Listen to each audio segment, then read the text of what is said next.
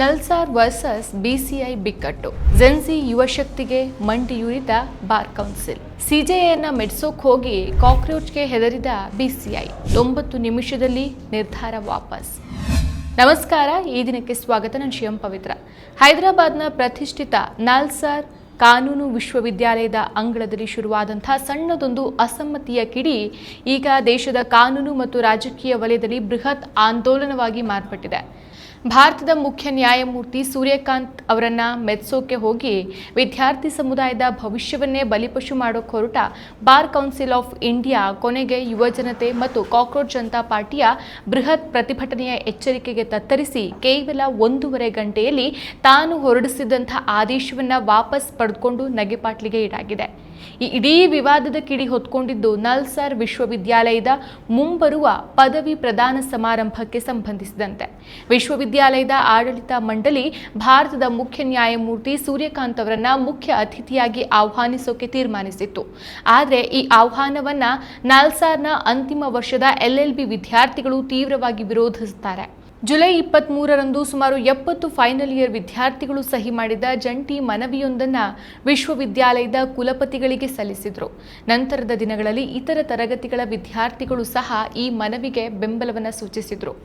ರಾಷ್ಟ್ರ ರಾಜಧಾನಿ ದೆಹಲಿಯಲ್ಲಿ ನೀಟ್ ಪರೀಕ್ಷಾ ಅಕ್ರಮಗಳ ವಿರುದ್ಧ ಶಾಂತಿಯುತವಾಗಿ ಪ್ರತಿಭಟನೆ ನಡೆಸ್ತಾ ಇದ್ದಂಥ ವಿದ್ಯಾರ್ಥಿಗಳ ಮೇಲೆ ಪೊಲೀಸರು ನಡೆಸಿದಂಥ ದೌರ್ಜನ್ಯದ ವಿರುದ್ಧ ಸಲ್ಲಿಕೆಯಾಗಿದ್ದಂಥ ಅರ್ಜಿಯ ವಿಚಾರಣೆಯನ್ನು ಸುಪ್ರೀಂ ಕೋರ್ಟ್ನಲ್ಲಿ ಸಿಜೆಐ ಸೂರ್ಯಕಾಂತ್ ನಡೆಸ್ತಾ ಇದ್ರು.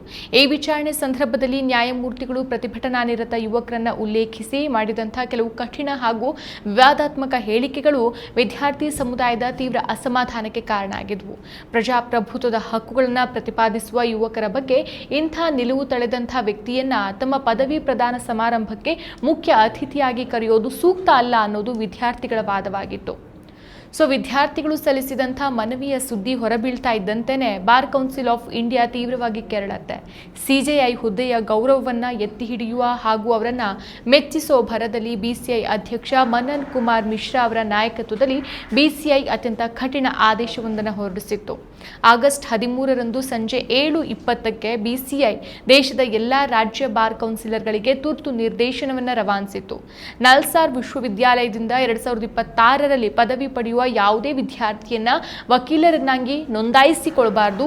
ಈ ವಿದ್ಯಾರ್ಥಿಗಳ ನಡವಳಿಕೆಯ ಕುರಿತು ತನಿಖೆ ಮುಗಿಯೋವರೆಗೆ ಯಾವುದೇ ರಾಜ್ಯದಲ್ಲವರಿಗೆ ಟ್ರಯಲ್ ಮಾಡೋಕ್ಕೂ ಸಹ ಅವಕಾಶ ನೀಡಬಾರದು ಅಂತ. ತನ್ನ ಆರಂಭಿಕ ಆದೇಶದಲ್ಲಿ ಬಿಸಿಐ ವಿದ್ಯಾರ್ಥಿಗಳ ನಡವಳಿಕೆಯನ್ನು ತೀವ್ರವಾಗಿ ಖಂಡಿಸಿತ್ತು. ದೇಶದ ಅತ್ಯುನ್ನತ ನ್ಯಾಯಾಂಗ ಹುದ್ದೆಯ ಬಗ್ಗೆ ಗೌರವವಿಲ್ಲದ ಕಾನೂನು ವಿದ್ಯಾರ್ಥಿಯು ಒಬ್ಬ ಜವಾಬ್ದಾರಿಯುತ ಅಥವಾ ವಿವೇಚನಾಯುಕ್ತ ವಕೀಲ, ಶಿಕ್ಷಕ ಅಥವಾ ನ್ಯಾಯಾಧೀಶರಾಗೋಕೆ ಸಾಧ್ಯ ಇಲ್ಲ. ಅಂಥ ವ್ಯಕ್ತಿಗಳು ಕಾನೂನು ವೃತ್ತಿಗೆ ಯಾವಾಗಲೂ ಹೊರೆ ಆಗ್ತಾರೆ ಅಂತ ಹೇಳ್ತು. ವಿದ್ಯಾರ್ಥಿಗಳ ಈ ನಡೆ ಶಿಸ್ತು ಮತ್ತು ನೈತಿಕ ಮಾನದಂಡಗಳಿಗೆ ವಿರುದ್ಧವಾಗಿದ್ದು ಇಂಥ ವ್ಯಕ್ತಿಗಳು ಭವಿಷ್ಯದಲ್ಲಿ ಯಾವಾಗಲೂ ಮುಷ್ಕರ ಹಾಗೂ ಬಹಿಷ್ಕಾರಗಳಲ್ಲಿ ನಿರತರಾಗಿ ವೃತ್ತಿಯ ಕೀರ್ತಿಗೆ ಧಕ್ಕೆಯನ್ನು ತರ್ತಾರೆ ಅಂತ ಬಿಸಿಐ ಪ್ರತಿಪಾದಿಸಿತ್ತು. ಇದರ ಜೊತೆಗೆ ನಲ್ಸಾರ್ ಕುಲಪತಿಗಳಿಗೆ 3 ದಿನಗಳ ಗಡುವನ್ನು ಕೊಟ್ಟು ಅಭಿಯಾನದ ಸಂಘಟಕರು, ಪ್ರಚೋದಕರು ಮತ್ತು ಸಹಿ ಮಾಡಿದ ವಿದ್ಯಾರ್ಥಿಗಳ ಪಟ್ಟಿಯನ್ನು ಸಲ್ಲಿಸುವಂತೆ ಸೂಚಿಸಿತ್ತು. ಬಿಸಿಐನ ಈ ಏಕಪಕ್ಷೀಯ ಮತ್ತು ಸಾಮೂಹಿಕ ಶಿಕ್ಷೆಯ ನಿರ್ಧಾರ ಕಾನೂನು ಕ್ಷೇತ್ರದಲ್ಲಿ ಭಾರೀ ಆಕ್ರೋಶಕ್ಕೆ ಕಾರಣ ಆಯಿತು. ಈ ಹಂತದಲ್ಲಿ ವಿವಾದಕ್ಕೆ ರಂಗಪ್ರವೇಶ ಮಾಡಿದ್ದು ಕಾಕ್ರೋಚ್ ಜನತಾ ಪಾರ್ಟಿಯ ಸಂಸ್ಥಾಪಕ ಅಭಿಜಿತ್ ದೀಪ್ಗೆ.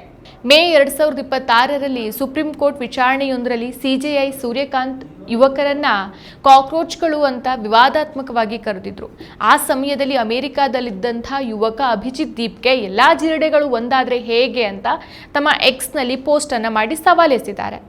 ಈ ಪೋಸ್ಟ್ ವೈರಲ್ ಆಗಿ ಕಾಕ್ರೋಚ್ ಜನತಾ ಪಾರ್ಟಿ ಎಂಬಂಥ ಒಂದು ವ್ಯಂಗ್ಯಾತ್ಮಕ ಯುವ ಚಳುವಳಿಯಾಗಿ ಮಾರ್ಪಟ್ಟು ಪರೀಕ್ಷಾ ಅಕ್ರಮ ಹಾಗೂ ಶಿಕ್ಷಣ ಸಚಿವರ ರಾಜೀನಾಮೆಗೆ ಆಗ್ರಹಿಸಿ ಈ ಪಡೆ ನಡೆಸಿದಂಥ ಒಂದು ಬೃಹತ್ ಪ್ರತಿಭಟನೆ ಕೊನೆಗೆ ಕೇಂದ್ರ ಶಿಕ್ಷಣ ಸಚಿವ ಧರ್ಮೇಂದ್ರ ಪ್ರಧಾನ್ ಅವರ ರಾಜೀನಾಮೆಗೂ ಕಾರಣ ಆಯಿತು. ಈಗ ಮತ್ತೆ ಬಿಸಿಐ ಮತ್ತು ಸಿಜೆಐ ಸೂರ್ಯಕಾಂತ್ ಅವರ ಪರವಾಗಿ ನಲ್ಸಾರ್ ವಿದ್ಯಾರ್ಥಿಗಳ ಮೇಲೆ ಗದಾ ಪ್ರಹಾರ ನಡೆಸಿದ ತಕ್ಷಣ ಅಭಿಜಿತ್ ದೀಪ್ಗೆ ಮತ್ತೆ ಅಂಗಳಕ್ಕಿಳಿದ್ರು. ಎಲ್ಲಾ ಲೀಗಲ್ ಕಾಕ್ರೋಚಸ್ಗಳು ಒಂದಾದ್ರೆ ಹೇಗೆ ಅಂತ ಎಕ್ಸ್ನಲ್ಲಿ ಪೋಸ್ಟ್ ಮಾಡೋ ಮೂಲಕ ಕಾನೂನು ವಿದ್ಯಾರ್ಥಿಗಳು ಹಾಗೂ ಯುವ ವಕೀಲರನ್ನ ಒಗ್ಗೂಡಿಸಿದ್ರು. 2012ರಿಂದ ಬಿಸಿಐ ಅಧ್ಯಕ್ಷರಾಗಿರುವಂತಹ ಮನನ್ ಕುಮಾರ್ ಮಿಶ್ರಾ ಅವರ ಕಾರ್ಯವೈಖರಿಯನ್ನು ಪ್ರಶ್ನಿಸಿ ಮನನ್ ಮಿಶ್ರಾ ರಾಜೀನಾಮೆ ನೀಡೋ ಸಮಯಾನ ಅಂತ ಆಂದೋಲನವನ್ನು ಶುರು ಮಾಡಿದ್ರು.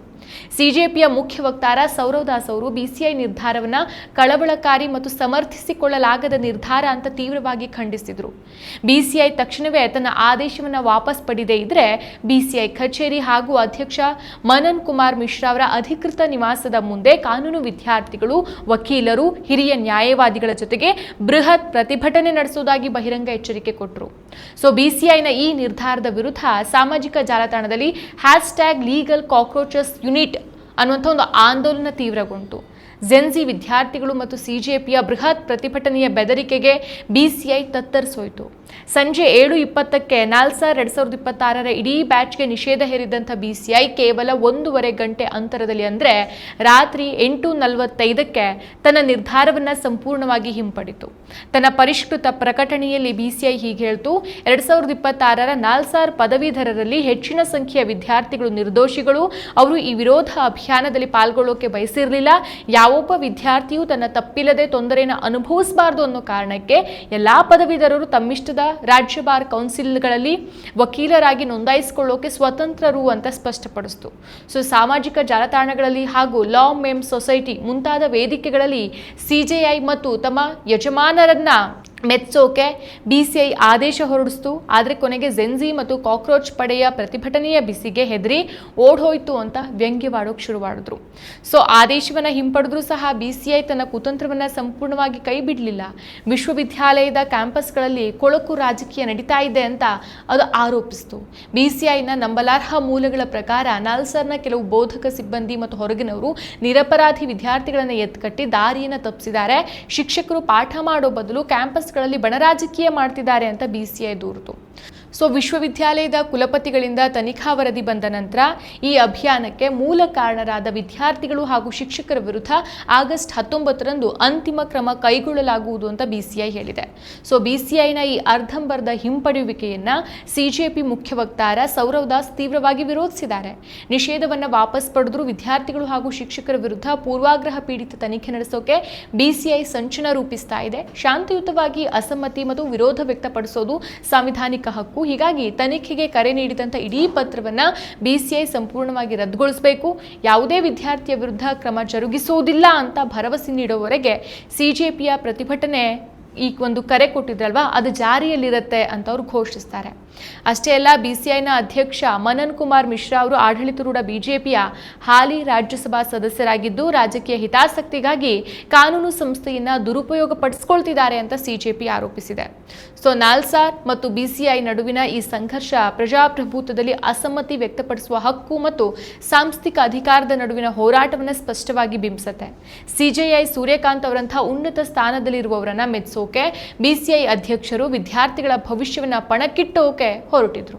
ಆದರೆ ಇಂದಿನ ಜೆನ್ಜಿ ಯುವ ಪೀಳಿಗೆ ಮತ್ತು ಕಾಕ್ರೋಚ್ ಜನತಾ ಪಾರ್ಟಿ ಒಗ್ಗೂಡಿ ನೀಡಿದಂಥ ಒಂದು ಎಚ್ಚರಿಕೆ ನಿಯಂತ್ರಿತ ಸಂಸ್ಥೆಗಳು ಮತ್ತು ಅಧಿಕಾರವನ್ನು ದುರುಪಯೋಗ ಪಡಿಸಿಕೊಂಡಾಗ ಯುವಶಕ್ತಿ ಹೇಗೆ ಮಂಡಿಯೂರಿಸಬಲ್ಲದು ಅನ್ನೋದಕ್ಕೆ ನಿದರ್ಶನ. ಸಂಜೆ 7:20ಕ್ಕೆ ವಿಧಿಸಿದಂಥ ನಿಷೇಧ ರಾತ್ರಿ 8:45ಕ್ಕೆ ರದ್ದಾಗಿದ್ದು ಯುವಜನರ ಒಗ್ಗಟ್ಟು ಮತ್ತು ಪ್ರಜಾಸತ್ತಾತ್ಮಕ ಪ್ರತಿಭಟನೆಗೆ ಸಿಕ್ಕಂಥ ತಕ್ಷಣದ ಜಯವಾಗಿದೆ. ಮತ್ತಷ್ಟು ವಿಶೇಷ ವಿಡಿಯೋಗಳನ್ನು ನೋಡಲು ಮತ್ತು ಹೊಸ ವಿಡಿಯೋಗಳ ಬಗ್ಗೆ ತಿಳಿಯಲು ಈ ದಿನ .com ಯೂಟ್ಯೂಬ್ ಚಾನೆಲ್ ಸಬ್ಸ್ಕ್ರೈಬ್ ಮಾಡಿ ಮತ್ತು ಬೆಲ್ ಐಕಾನ್ ಕ್ಲಿಕ್ ಮಾಡಿ.